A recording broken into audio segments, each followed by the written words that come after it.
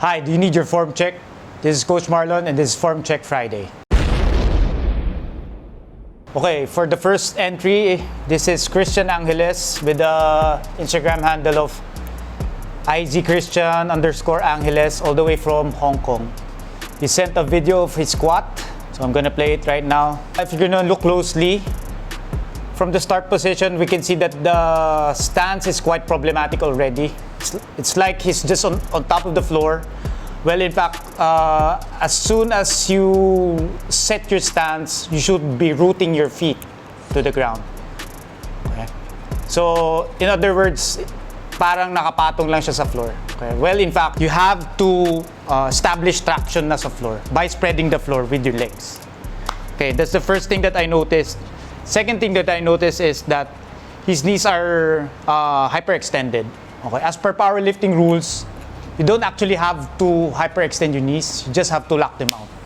Okay, hyperextending your knees at this point in the lift, it might throw you off groove. Yung hyperextension ng knees kasi baka yung cycle ng engagement and disengagement mawala ka sa groove pagbaba.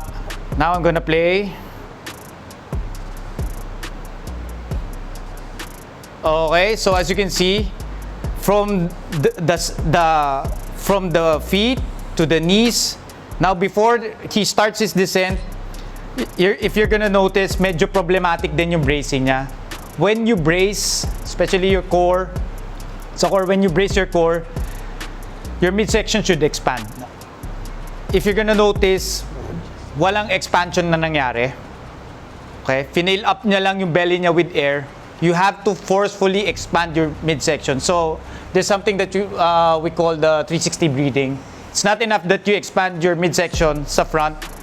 Your expansion, when you expand your core, you also should feel it sa sides and some to a certain degree sa lower back mo.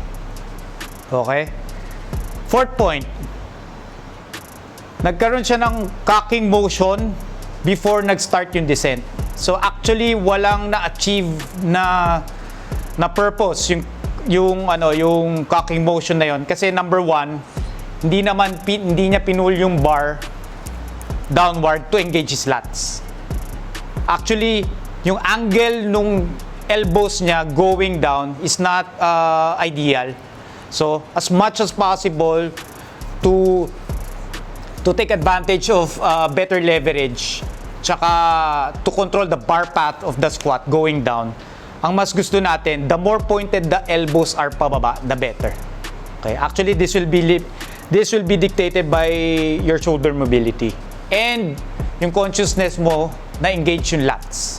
Okay, next, if you're gonna notice sa yung break niya going down, nauna yung hips. So nagkaroon ng hinge muna bago nagbend yung knees. So, ayaw din natin yon. Why? Kasi ideally sa squat, ang bar path mo should be straight. So, yung motion na ginawa niya na nag-break siya sa hips, followed by the knees, parang naging hinge siya. Okay? So, doon pa lang na-throw off na yung descent niya. Now, going down. Okay. So, as you can see, pagbaba niya, misgroove na kagad, hindi niya siya straight line. So, anong nangyari? Think of look at my finger. Tapos tingnan nyo, isipin nyo red point to. Ang nangyari is, sa pababa niya, yung bar path niya is pa ganun. Kasi nag-hinge siya bago bumaba. Nauna siya mag-break sa hips. Okay? Instead na ideally, diretso lang. Okay? Yun din yung reason for that also is, he failed to engage his lats, thereby yung upper back niya nag-collapse going down. Okay? Ideally, hindi siya hyperextended, hindi rin siya nakakollapse ng buo. Okay? Neutral position lang yung thorax niya, thoracic spine niya. Okay? Ayaw mong hyperextended, ayaw mo rin nakakollapse. Because that will affect the bar path. Okay? I'm gonna play the entire video now.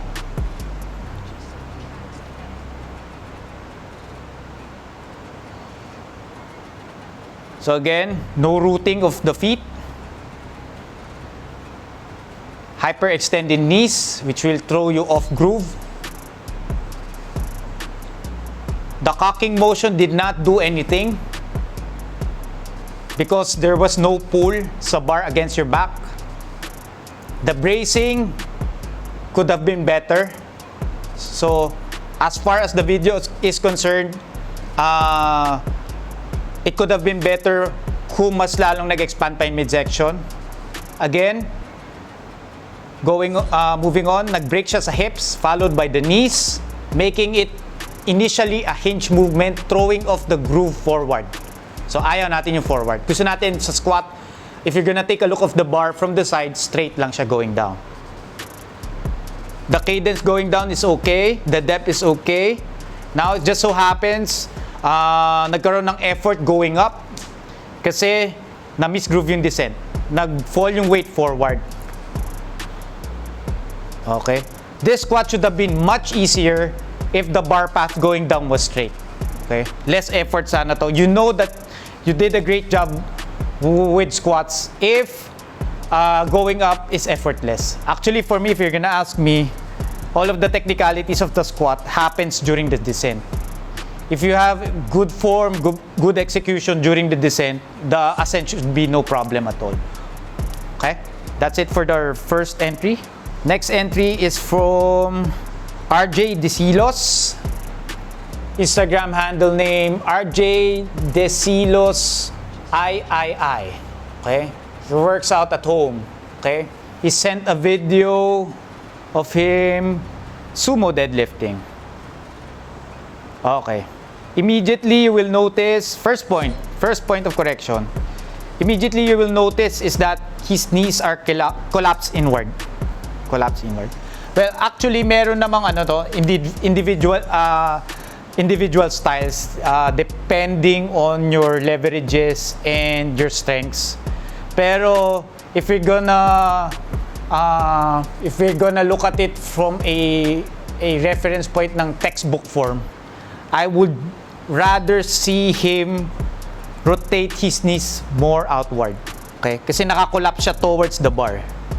Okay? This is for you to be able to recruit more of your hips and hamstrings. Okay? Kasi one drawback with collapsing your knees forward during the sumo is you're depending on your quads for the initial lift off. So if your quads are that strong, or if your leverages are conducive for that type of execution, then why not? Pero again, bilang reference natin is yung ideal form. I would rather see him rotate his knees outward. Second point is I would like him to clearly define the point of the first pull, the hinging, and the second pull. Okay? So, anong nangyari is, nagsabay-sabay lahat. Yung first pull, bracing, hinging, pull, sabay-sabay lahat. Okay? Well, stylistically, individual din yan. Pero again, babalikan ko yung sinabi ko kanina, if textbook form yung reference natin, define dapat yung each step of the event or exercise. Okay? So, nangyari is, pinagsabay-sabay niya lahat. Kumbaga, binunot niya lang bigla from the floor. That's a term used by powerlifters usually. I would like to see him to be more conscious about his hinging. And, of course, his bracing. He could have braced a lot better here. Actually, I'm gonna play it again, the video. Marami pang space for bracing. So, okay.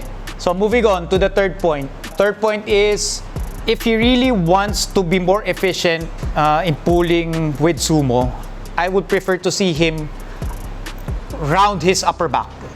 Okay? Thoracic spine, hindi lower back ha. Let me just correct. It's a no-no to round your lower back. Pero, when it comes to deadlifting, it's okay to round your thoracic spine. That will add length to your arms, thereby decrease the range of motion from the floor. Okay? Also, I could see that his lats aren't that engaged. He could have drawn his lats deeper in the pocket. Also, that's a term for powerlifters. It just means that you tuck your lats in. That's it.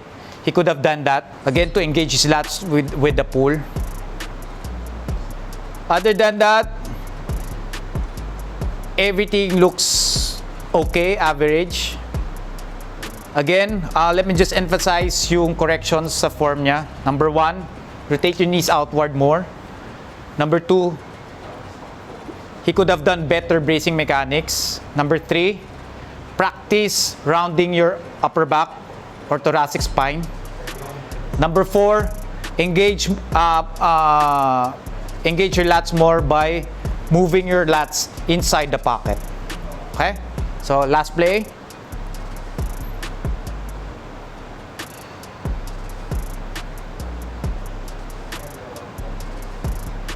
Okay.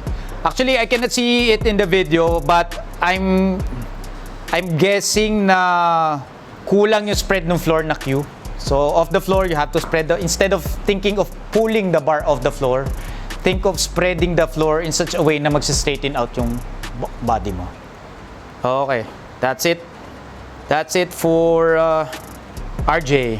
Next video is an entry from Patichu, who works out at home. It's also a squat video. Okay. So there are several things that I noticed with her form. First off is walang rooting sa ground or kulang. Okay. Okay, this is a common technique flaw for less experienced lifters. Lifters should always remember that the reason why their bodies straighten out after a squat is because they push their legs against the floor.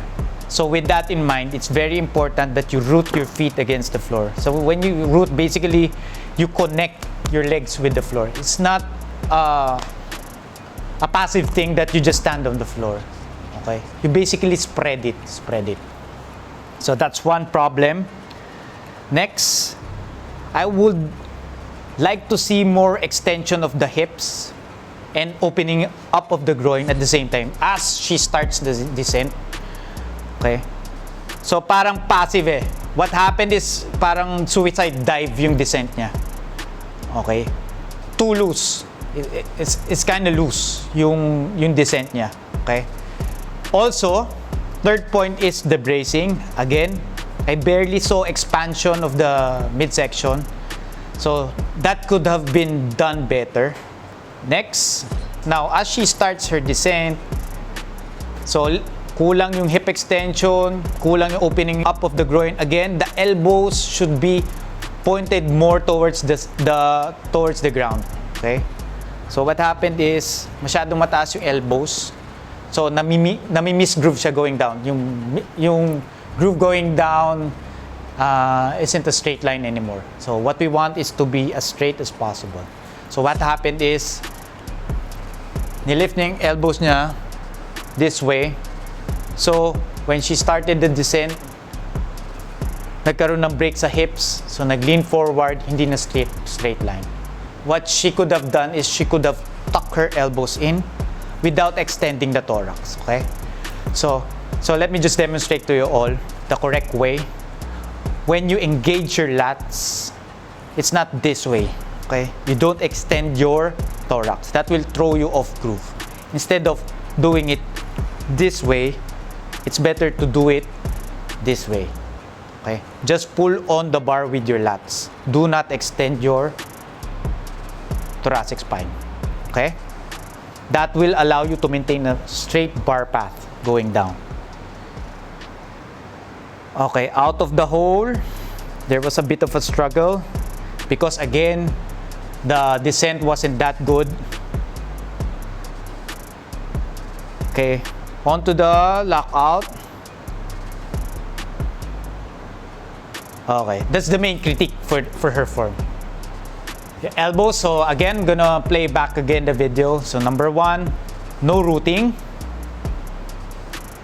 Number 2, more hip extension and more opening up of the groin. Number 3, more lat engagement by pulling the bar against your back and pointing your elbows down without extending your thoracic spine. Cadence wise, okay naman yung bounce niya. Okay. Just so happens nagkaroon na struggle because the descent was not that good. Okay, that's it for Patty. That's it for Form Check Friday. By the way, thank you to Strongsup for the cool shirt. If you want something like this, you can message him through Facebook or Instagram. So if you feel that the video was informative, or if you want to see more exercise related content, feel free to follow us in YouTube, Instagram, and Facebook.